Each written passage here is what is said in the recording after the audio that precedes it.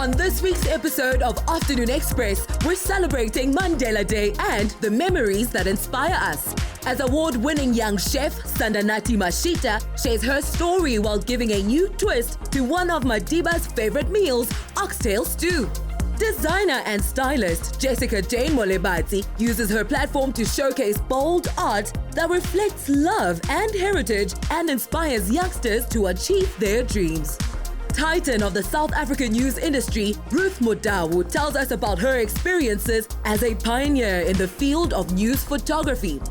Recipient of the prestigious Nelson Mandela Scholarship, Dr. Stephen Zwane believes it is his life mission to help others reach their full potential. One of Nelson Mandela's youngest grandsons, Zwelabo Mandela, gives his personal insight into the family man and granddad he loved and respected. And our guests join us at the dinner table to enjoy Sandanati's freshly prepared meal and share their stories about the great man. Hello everyone and welcome to the show. Now this Friday is Nelson Mandela Day, and what better way to honor his legacy than by celebrating South Africans who make him proud. Joining us now is Culinary success story Sandanati Mashita. This young, talented chef was recently crowned the winner of Color Your Plates with Coup Season 4. Sandanati, it's so incredible to meet you in person. I followed your journey on Color Your Plates, and congratulations once again, girl. Thank you. Now today we're celebrating Nelson Mandela Day, and we are celebrating him and honoring him with some of his favorite dishes. Oxtail stew, Jonga. milk tati. Jonga. Now, before we get into the kitchen, I just want to find out more about your culinary journey.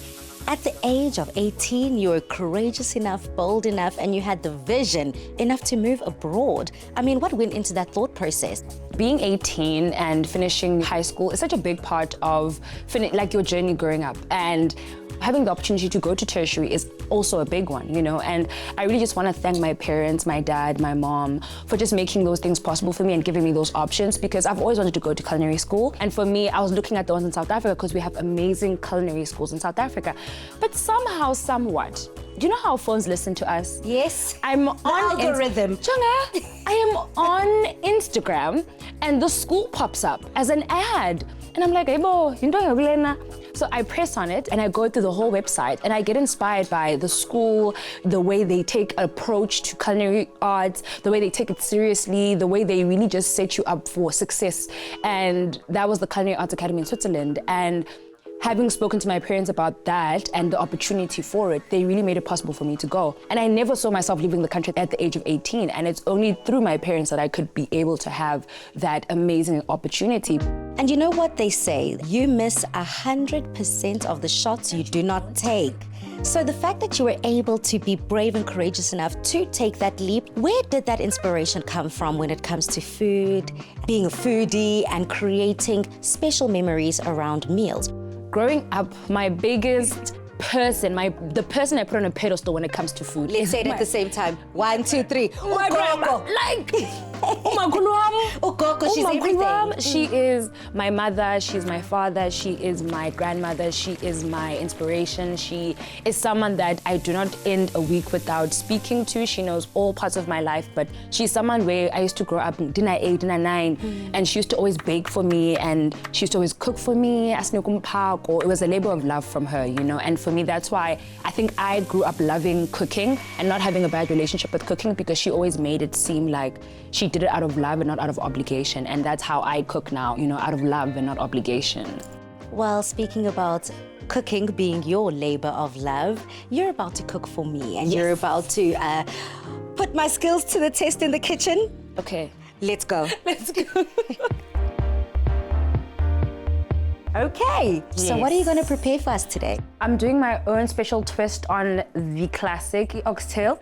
So we have the oxtail here, we have all the vegetables, the spices, and then my special ingredients is the soy sauce, the butter beans, as well as some prep for the dessert, which is some rice, some cinnamon sugar, and a bit of cream and milk mixture. Well, my sleeves are already rolled up, sis. Let's get to it. So what I need from you is to take care of the meat for me. Okay. So I just need you to take a bit of oil, just oil it up, take a bit of the seasoning, but be very generous with the seasoning. Okay. So what I'm gonna do is I'm just gonna cut down the vegetables. And what normally is done when making oxtail is that The vegetables will be cooked aside and then will be added into the oxtail. So what we're gonna do, we're gonna marinate the oxtail with the vegetables so that the vegetables also get that flavor. So right now I have just added that olive oil that you've given me. I'm adding a little bit of salt for taste. Yes. I've got some black pepper here. Please. And then what we're gonna do, which is not normally done when making oxtail, we're adding all the vegetables in. And then all the vegetables are gonna soak up the same flavor profiles that the oxtail soaks up. And then what we're also going to do is add the thyme, if you could do that for me. Yes. Just try to get a bit of the leaves off. And thyme is also a big flavor. It's very... it's pungent. It's very pungent. What I like about butter beans is that they have a bland profile. So when you add them into something like oxtail, they kind of absorb that flavor, especially because we add the butter beans a bit later on. So you add them and then you cook with them and they kind of just absorb all those juices, those flavors that we're putting into the oxtail. What else do you have? So we have the butter beans and we have the beef broth and then we have the soy sauce, which we're going to add into our oxtail. So this also brings about a bit more salt because it is high sodium soy sauce, but also that umami feel that soy sauce has to you, you know, that feel that you like when you're eating sushi. You're just getting a lot of it now ingrained into the oxtail. It gives a lot of the flavor. And before the oxtail comes to a complete cook, when and at what stage does the broth and the beans go in? So we put the oxtail on the pan, we fry it up, just give it a bit of color. After that, we add the broth just to let it cook because it's gonna steam now. It's gonna cook for those 3 hours, those 4 hours it's gonna go for, just so that it can fall off the bone and be tender. And then we're gonna add the butter beans as well. And we're adding the butter beans with the broth, with the sauce that it has, because it's also a thickening agent of sort. So you don't have to add additional things to make it thick and saucy. You just add those and you let it simmer down and it cooks beautifully. Thank you so much for talking me through the most ideal oxtail stew. We will enjoy it. What an incredible young woman, Mzansi. I am so sure that Nelson Mandela is smiling down on us, knowing that our future is in such good hands. Up next, we catch up with one of South Africa's foremost fashion designers and stylists, Jessica Jane Mulubatsi.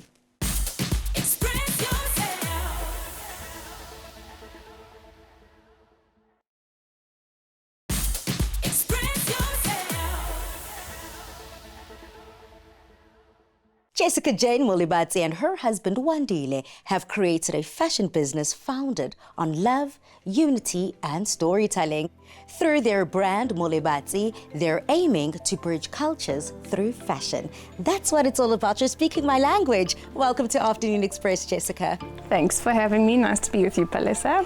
Now, if we were to look at your brand, I mean, you've got these timeless silhouettes, but still deeply rooted in all things South African. Tell me more about the brand story and how your personal story fit into it. I started my own label in 2011. It was primarily based on speaking to femininity and what I believe femininity to be. And then eventually, after, it was probably about 9 years or so, I've been married to Wendy in an interracial marriage. I realized I probably had a BA degree in interracial relationships. Naturally. Yeah. At that point, we rebranded and we called it Mulubatsi by Jessica Jane, from Jessica Jane. And I think that's when the true essence of the brand really had its moment to shine. And that is essentially about speaking to racial and cultural cohesiveness and bringing cultures and races together in the form of fashion and allowing them to live harmoniously in a beautiful range or a beautiful collection. And your designs are exactly that. You know, it's bold, yet refined. It's soft, but still deeply rooted in all things heritage. And not only have you created something, but you've created something to be remembered. You've spoken about your business partner being your husband. Yes. Now, pleasure, business together. How is that working out, number one? And number two, does he have any creative say in the work that you put together? Or is he strictly the admin? You know, I always think back to COVID and how many couples were like, oh my gosh, I'm gonna kill my partner. Wendy and I were the complete opposite. We can spend an abnormal amount of time together talking about I don't know what, but we get along and we can spend a lot of time in each other's company. And obviously within our marriage, we balance each other out. And I think Wandi was ultimately working within the business before it became official that he was a founder within the business. So I think it was just a natural progression for him to be seen and a part of it. And I think us being seen together speaks to our purpose. So yeah, we found it pretty easy. You blend African prints with European, Western kind of silhouettes in such a natural way. How are you able to bring this to life? I mean, looking at the shirt that you're wearing alone now just speaks to the creativity. It happens quite naturally. What we've intended to do was bring in my ancestral heritage and Wandi's ancestral heritage, mine being of a few European backgrounds, French being one, and Wandi being Tswana Xhosa. So yeah, the print is actually a French print called a toile de Jouy, but we've incorporated very uniquely South African images, some with an ethnic leaning or not. And then again, the silhouettes, it's very purposeful, it's very thought out, it's a blend of cultures, and they need to come and marry together.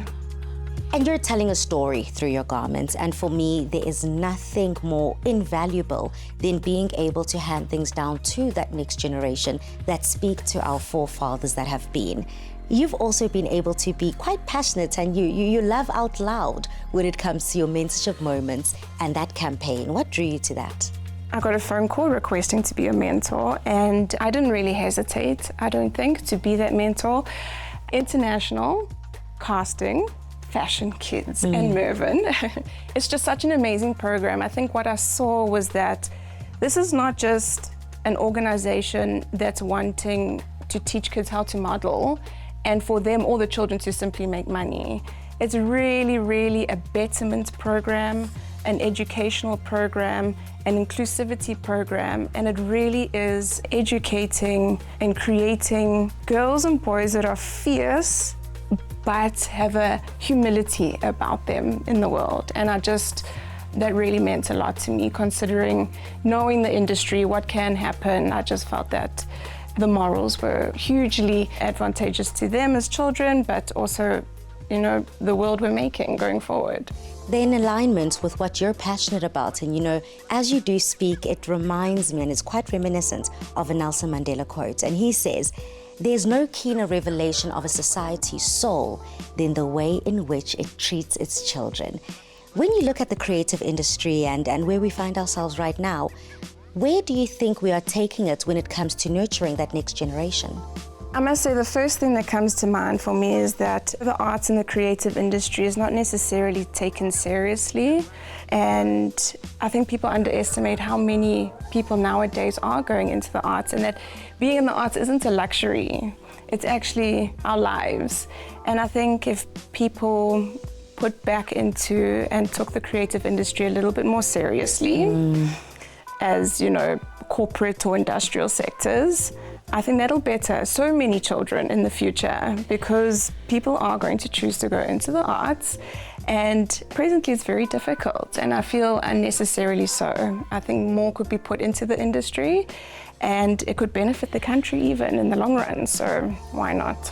And if you were to give advice to any creative out there, regardless of the field, what would that be, especially when it comes to merging culture, passion and fashion? I think as a creative, you go out there and your heart is on your sleeve, and it can be incredibly exhausting. So my piece of advice would always be to find your purpose as early on as you possibly can and stick to that purpose, because as long as you're doing that, it doesn't matter how outwardly you're perceived to be doing, because you're speaking to your purpose. And ultimately, at the end of the day, that's the thing that's going to shine. Thank you so much, Jessica, not only for sharing all of these nuggets of wisdom, but also the fashion. It's the look, it's the attitude, and it's the purpose behind it. Siyabonga siswam. Thanks, Melissa. Jessica and her brand are a shining example of the South African Nelson Mandela fought for, where we are not divided by our differences, but rather united through them. This July, South Africa comes alive with heart and hope. ABSA is kicking off a nationwide movement, spreading love, lending a hand and making a real difference. From food drives to flourishing veggie gardens and so much more. This Mandela Month is in action, so get ready to be inspired. As we celebrate the legacy that is the life of the incredible Tata Madiba, we join the ABSA team who believe in turning value into action, empowering communities and creating lasting change. We are joined by Dr. Stephen Zwane, who is the ABSA Group Executive Manager, and he is here to tell us how ABSA plans on making their mark this Mandela Month. Dr. Stephen Zwane, thank you so much for joining us today. How are you feeling? I'm very well, thanks, Ed. How are you? I'm very good, particularly excited for today's conversation. Yep. We are finally in the month of July, and for this country and the globe at large, it means Mandela Month. What does Mandela Month mean for you personally and for ABSA, of course, as an organization? I think for me personally, it means a lot. I am a beneficiary of a Nelson Mandela scholarship, which allowed me to go overseas and study a master's, and also gave me the opportunity to meet the man himself. And I think after meeting him, I personally took a vow and said I'd love to do something meaningful through life and just be like him and live a better environment. And so it's very personal in that regard. And then from an organization's point of view, our story is very similar to that of Nelson Mandela. We are trying to leave society better than we found it through our strategic objectives of being a force for good in everything that we do. Because we are saying that the story of the youth matters, the story of the communities in which we operate matter, and also commemorating under the banner of Nelson Mandela, it's even much more powerful for us as an organization. So we want to say to everybody, we see your story. You are always emphasizing that we see your story, that your story matters. How does that brand positioning pair beautifully with the month that we're about to go through? The ABSA corporate citizenship strategy is called FIGHT, which is financial inclusion through entrepreneurship. Well, I think for everybody to understand it, we've got a client-facing proposition that we call I Grew It. Our position there is that we want young people to believe that any journey that they undertake, they are growing something, whether it's growing their careers, whether it's growing their financials, or when it's growing their knowledge or financial literacy. So on the entrepreneurship side, part of the I Grew It campaign, that we are spotlighting journeys of entrepreneurs so that young people can understand that entrepreneurship is hard, it's about tenacity, it's about hard work. And we hope that people can go out and check out on our YouTube channel as ABSA, the I Grew It campaign. It's really amazing, and we are hoping that we expand, even in the month of July, financial literacy and entrepreneurship education. What strategic outcome are we hoping to receive from doing all these initiatives during July? We are giving everybody permission to do good in the way Nelson Mandela would have hoped everybody does it. But more importantly, the two layers we are interested in is that we want communities, we want individuals, we want young people, we want women to say, ABSA does good in the communities in which we operate, but the month of July is just an opportunity to celebrate.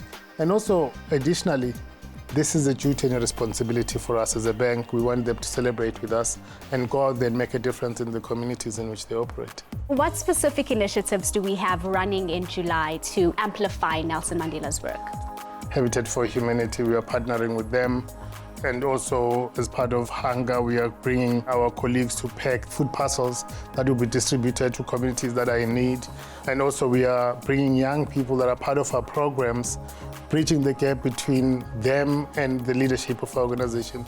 The entire EXCO will be talking to all our university bursary recipients or scholarship recipients, sharing their stories and their journeys, so that we're closing the gap of what cooperation is about, of what growing your career is about. We've got a footprint campaign we are currently running, which is just encouraging colleagues across the continent to donate school uniforms, to donate school shoes that can be donated into the schools. And we want them to feel like we did that, not that the bank did that. So go out there, do something that makes a difference in society, because we at ABSA do that, and we do that with so much pride. What a beautiful reminder that ABSA is so much more than a big corporation. It's made up of people that actually care. Thank you so much for your time, Dr. Zwane. Ayanda, thank you for having us. Now that is what I call truly making a difference. Let's follow the lead of ABSA by being inspired by Nelson Mandela's legacy to continue creating resilient and empowered communities.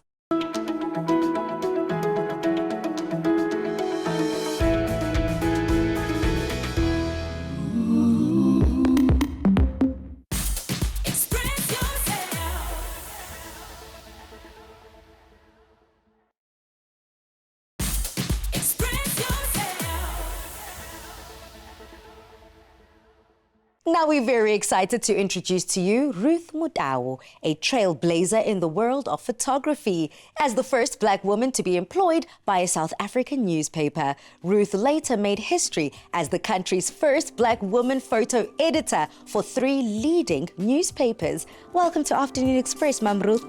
Thank you very much. I can only imagine that there were some trials, tribulations and challenges that you've been able to overcome. Where did you find that strength to be able to get out on the other side? Curiosity put me into the newspaper industry, and I was fortunate enough to have people that took care of me in that time. So I never had difficulties. To always make sure that I get a good spot. They'll call me, say, come in front, and then sit in front, you know. It was never tough. I think it was easy. And you know, for our generation, looking up to you, Mam Ruth, I think a lot of us now have kind of inherited this weird imposter syndrome. So it's quite empowering to hear you say that there were no tough times, or rather challenges. You've been able to be supported and held up by your colleagues, which is something absolutely transformative, especially for those days. When we do look at your photography style, though, I mean, they say a picture tells 1,000 words. What look and feel and thoughts do you want to invoke within the people that are observing your work? I regard myself as a documentary photographer, but I can photograph across all boards, you know, because I worked in newspaper. But I'm a storyteller, I'm a documentary photographer, I tell stories. Being a storyteller as a photographer is something that is so transformative to me, because you take us to places that we possibly could never visit or never see. And being able to do that, you got to meet Tata Nelson Mandela. What was that interaction like? The first time was in 1994, and actually went to photograph him at his office downtown. And you know what I like about him that, you know, always stand out is that he will always introduce himself to you when you meet him, saying, I'm Nelson.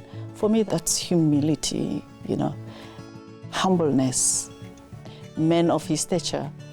Just introducing him to me or to anybody, yeah, it shows that, you know, we really have some great human beings, and you can be a great human being too. I can only imagine it's a pinch yourself moment, an out-of-body experience, meeting a hero and someone who fought so loudly for abantu base South Africa. The picture that I had with him, we were at a Horton at his house with my editor. So we were sitting there, and then, you know, just the 3 of us, and he said, he asked me, do you also want to take a picture with me? I said, yeah, because he knows that people really want to, so he offers. As we do reflect on the life and legacy of Utata, something that he was extremely passionate about is mentorship and being able to empower the next generation. You are too passionate about mentoring young Black South African female photographers. Tell me about your program and what you've got. The Ruth Motau mentorship program mainly focuses on Black women from the township and rural areas. And I'm very intentional about that, because I know how it is to be a photographer, how difficult it is to break away into spaces where it's mostly male-dominated. So I wanted to be a voice and a help to them, because I got help from other people. So if I can help them, that will be great. And fortunately enough, I think this year I've been approached by a company to produce a 2026 calendar. And my mentees are going to be featured in that. I think it's also a great initiative for them. How do you hope to inspire this next generation, and what advice would you give to budding young photographers out there that want to break the ceiling and crack into industries that might not necessarily be previously for them, if that makes sense? Success doesn't come easy. It's not an overnight thing. It takes years. It can be 10, 20. I mean, I've been in the industry for over 30 years, and I'm still doing it. And next time there will be another Ruth, and I must just accept it. But I think they need to be inspired. They need to know what makes them tick. Find stories that really resonate with them, and tell their own stories also. Well, not only do we celebrate you, Mam Ruth Motau, but we also congratulate and sishaye izandla to that next generation that is coming after us. Thank you so much. What a powerful message given by an equally powerful woman. These days, working at home has become quite common, so it's important to create a practical and tranquil workspace which can raise our productivity to the max. I often find myself working from home, so it's important for me to have a space that motivates me. And today I'm going to be transforming my study into a calm, practical, and inspiring space with the help of Pep Home. When refreshing a space, declutter first to make room for pieces that will effortlessly fit into your home. Now that I've emptied out my study, let me show you some of the incredible items I found at Pep Home. This is probably one of my favorites. I'm a big believer in affirmations. You can change your affirmation every day to suit your needs. If you have a family like me and need to be remembering multiple things at a time, this is fantastic. I love these beautiful boxes, and look at this. Perfect for hiding anything that you don't want anyone to see. These are so beautiful, and I have a little DIY hack that I'm going to show you a bit later. These are also so pretty. I love all the stationery. I love the pop of colors, and the little rose gold accents are also so cute. I adore a little bit of a bohemian flair in my life, so obviously I had to pick up these photo frames, and look at this. How gorgeous! A beautiful chandelier. And of course, you can never ever have enough storage, and these baskets are just fantastic for that. Now, let's get styling. I love adding personal touches to my workspace, so even when I'm away from my family, they're always with me.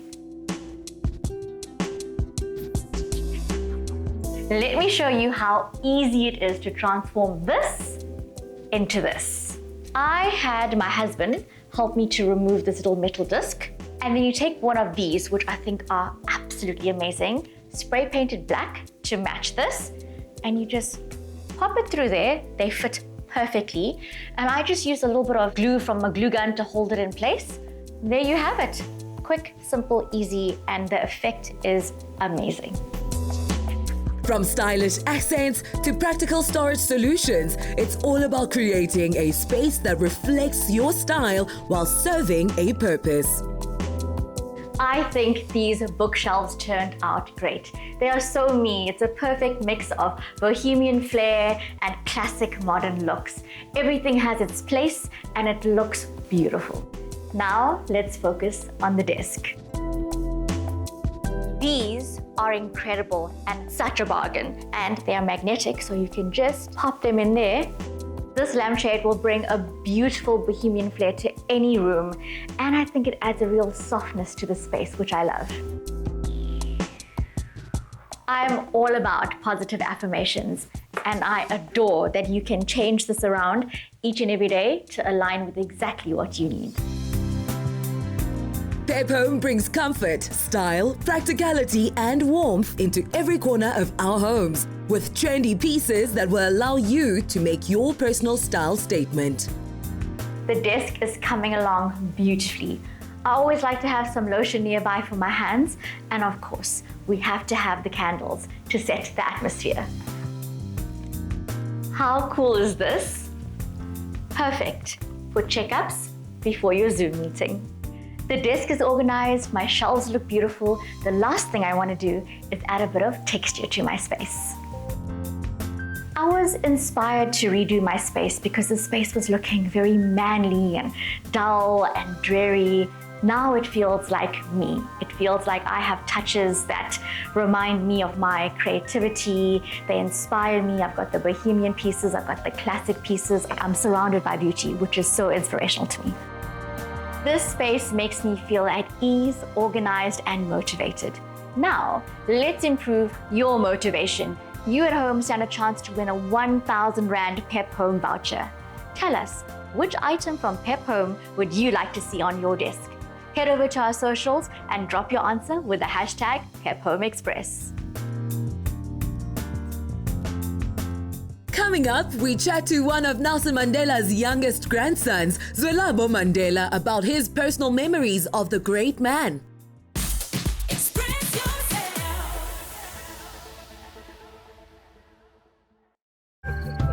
To cozy up and chill time. Life's better with Pep Home.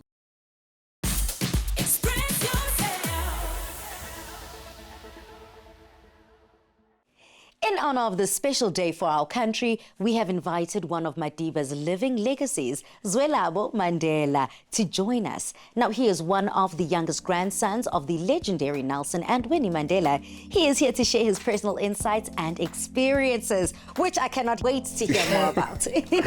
Awesome. Thank you so much for You know, it's the excitement about being able to touch base, live jive, in real time with a Mandela grandson. I mean, I'm sure you've got so many memories and so many things that you hold dear to your heart when it comes to utata no mama. But what were some of those light-hearted, easy breezy insights that you've been able to draw from him? Well, firstly, thank you so much for having me on the show today. I really appreciate it. I think, you know, the amount of humaneness that he, you know, exuded was just something in hindsight that, you know, I always appreciated.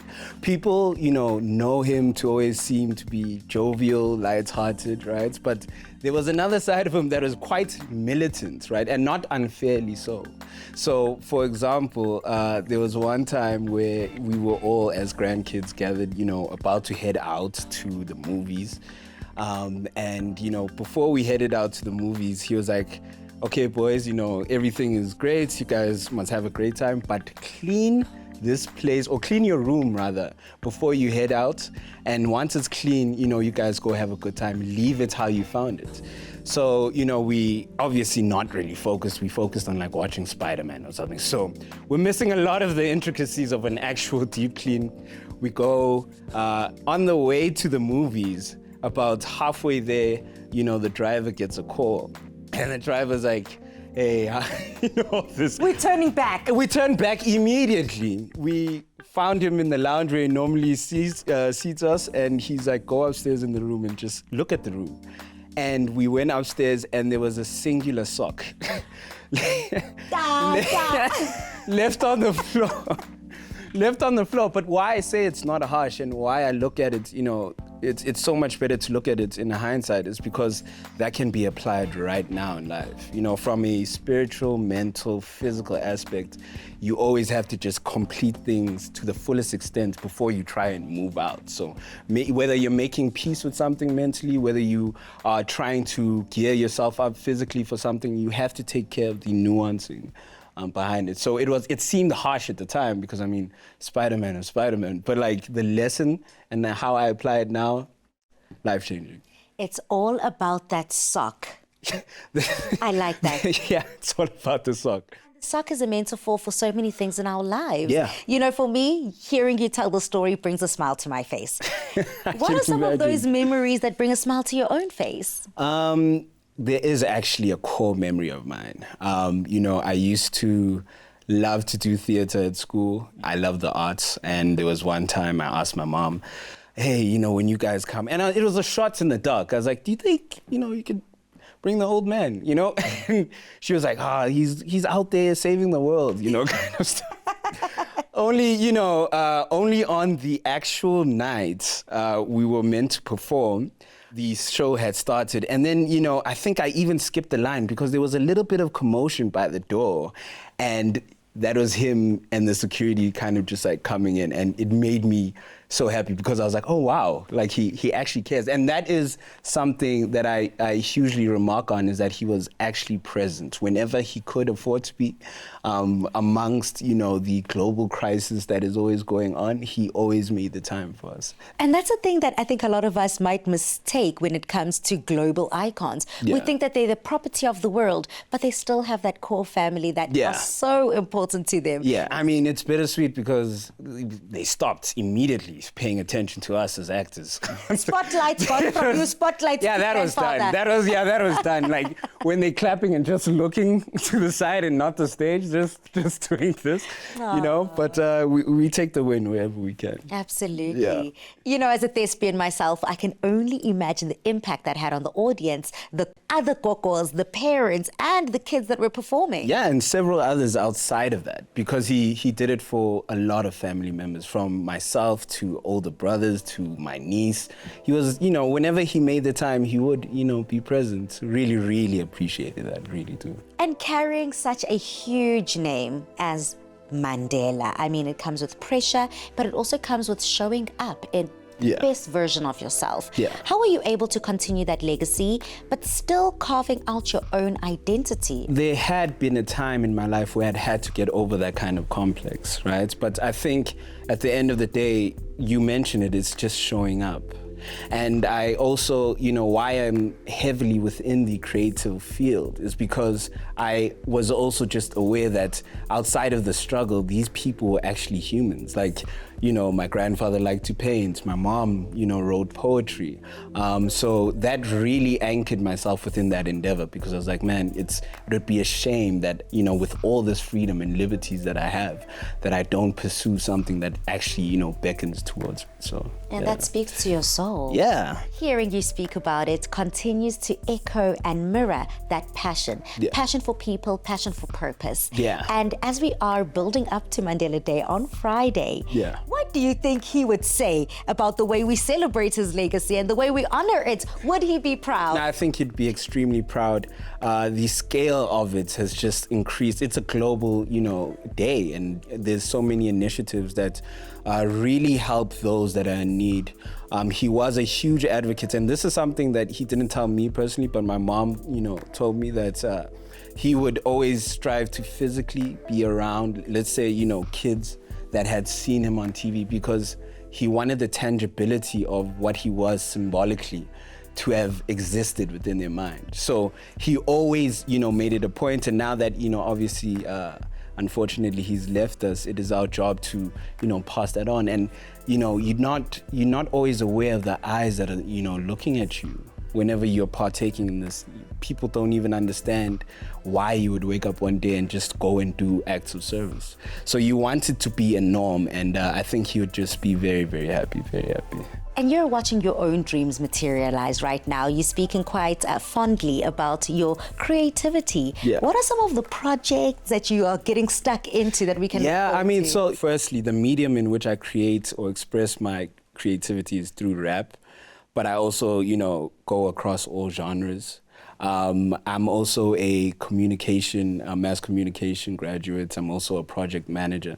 So there's a lot of things that I am juggling, but at this current juncture, I'm working on an EP, some music that will be coming out. And if anyone wants to, you know, check me out, it's on Instagram, Twitter, it's Z_THA26. Don't think about the name. I was going through something. Okay, you know what? Not to put you much on the spot, but I wouldn't be Pali T, baby, if I didn't. So, of course, you want our viewers to dive in, buy into the music and that EP coming up. You know you've got to give us a little 1, 2, 1, 2, a little 16 bars. A little 16, I'm not sure about 16, but I've got okay. something.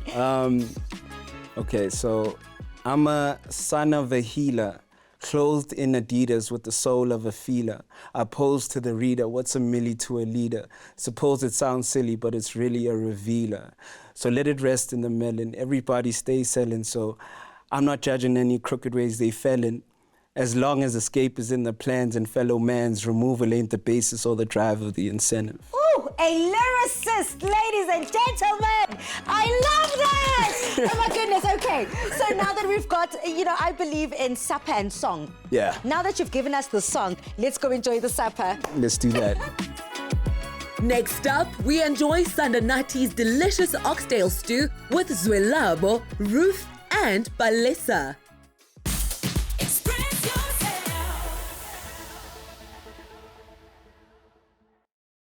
Our pharmacies are on the front line of healthcare. This is Pharmacy of the Week. For me as a pharmacist, It's important for me to take care of my patients and to listen to their needs. For me as a pharmacist, it's not just about counting tablets and just dishing out medicines, but it's to listen very carefully to what your patients actually tell you and then to treat them accordingly. Don't just answer them, but listen to them and then advise them to give them the best therapy that you as a pharmacist know. Health in South Africa is not always available to everybody. It's not always accessible, especially in the rural areas. If you think of our pharmacy, we've got 2 clinics available from 8 to 8 every day. And making it affordable for clients to actually come to our pharmacy, not always having the money to see a doctor. We've got a PCDT pharmacist on site as well, where I can diagnose and actually prescribe medicines to the right diagnosis that I actually make in our clinics and to treat you to the best of my ability. Not all customers have medical aids, but some of them actually do have, and they've got a part of their medical age where they can actually use their pharmacy advised therapy treatments. If I look at that, that's where we as a first line come in and treat you accordingly, and we can use your medical aid accordingly and what they can actually pay for you. I think if you can't afford a medical aid, and that's where your pharmacist actually comes in, because if you look at what we've got and availability of stock, we can treat you accordingly. If we look at the word brave, that is sponsored by Adcock Ingram OTC, it's actually a big word, and it's not always being brave. It's being there for you, being reliable, being available, being versatile, and earning your trust as a customer. Pharmacy of the Week, proudly brought to you by Adcock Ingram OTC, sponsors of Brave.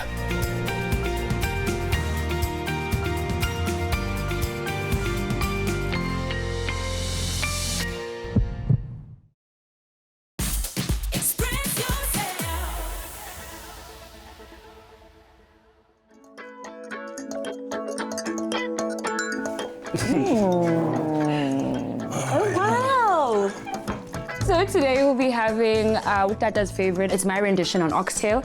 It's a butter bean oxtail. I like to add a bit of legume just for a bit more sustenance. It's got very rich flavors. It's very hearty. This has been cooking for a while, so it's just amazing to have it melt in your mouth and falling off the bone. I think if he was here, this would be his favorite meal. I mean, what do you think about that? I mean, I have to taste it first. I think the gesture would be appreciated, especially during winter. Thank you. That is what it's Smells about. great. Thank you so much. Ma, Ruth, I mean, are you into desserts much? I'm not a dessert person, but too into food, but also like very light food. Okay. Yeah. So how is your desserts going to change Ma's Ruth's mind? You know, I think the biggest issue about dessert for people is the too sweetness. Things are too sweet. Buttercream is too sweet. So with my milk tart rice pudding, I've just focused on flavor and a little bit of sugar because I added apricot jam just for that milk tart Marvel pudding type of. My mind works in mysterious way, guys. It's that added sweetness. Yes, you know, and so for me, this is what this dessert is. It's not too sweet, but I think it's like that sweet, medium, like it's a real Xhosa man, you know. So this for me is a dessert of Abaxhosa, you know, as people, you know. Yes. So I think you'll enjoy the balance of sweetness. And just like that, my stomach is growling. Putwam, as the man of the table, please dish for us. Obvious. Thank you. As we do commemorate and celebrate Nelson Mandela Day coming up this Friday, I just want to find out from each of you, maybe starting with you, Ruth, what is it about Nelson Mandela's legacy that is so important to be able to continue and celebrate? And what does Nelson Mandela Day mean to you? I think Nelson Mandela Day means a lot to me, and especially that I've seen him working and I've seen him doing things with people for other people. I think it's for us to keep on continue helping each other, you know, building communities and be great people. And for yourself as a family member, I mean, it hits closer to home than the rest of us. What I do love to commemorate and what I think a lot of people do undermine is the actual ability to freely think for yourself, freely enact or follow the kind of life you wish to lead. So, you know, if there's anything that I love to champion and also, you know, commemorate is the fact that, you know, freedom was finally brought upon this beautiful country. Sandanati, not only have you been able to bring such incredible food to the table, but in terms of the conversation you can bring to the table, what does Nelson Mandela Day mean to you? I think as someone so young who obviously didn't experience him like everybody did. But I think, I'm the fruit that bears from the tree that he sowed, in terms of being able to leave the country, to explore. Like, if he had not done what he had done and not fought the way he fought, I wouldn't have those beautiful opportunities to be able to travel and to do what I love. People had to do what they had to do, Now you can do what you love and what you want. And what you want to You know what do. I mean? And I think that's a big difference, especially for a youth.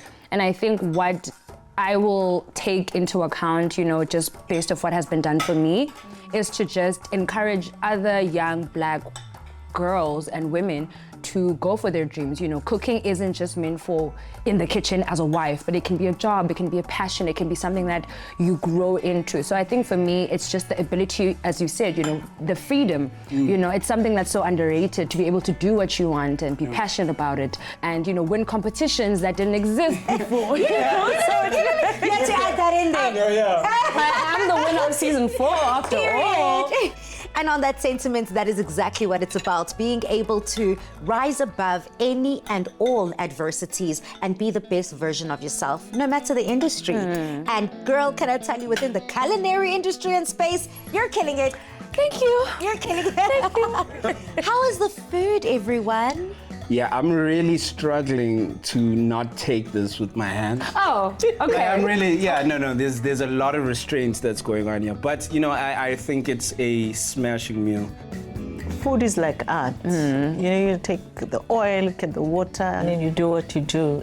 Now, as I taste it, that's sweet and a little bit of a tinkle of a chili and it falling off of the bones. It's great. And guys, like the photographer is telling my food is an ad. Okay. It's going on my CV. I'm sorry. It's a testimonial. I'm sorry. I'm taking it. No one can tell me anything. You guys, I'm sorry, but you guys don't matter anymore. No, listen, it's okay, and that's fine. Ma, have we been able to change your mind when it comes to desserts? How are you finding this milk tart rice pudding? I am sold. Woo! Not sweet.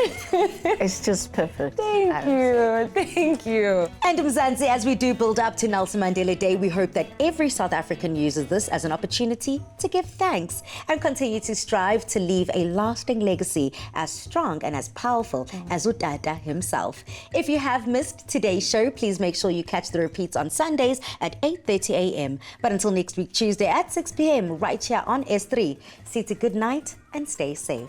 Bye. Another feel-good production.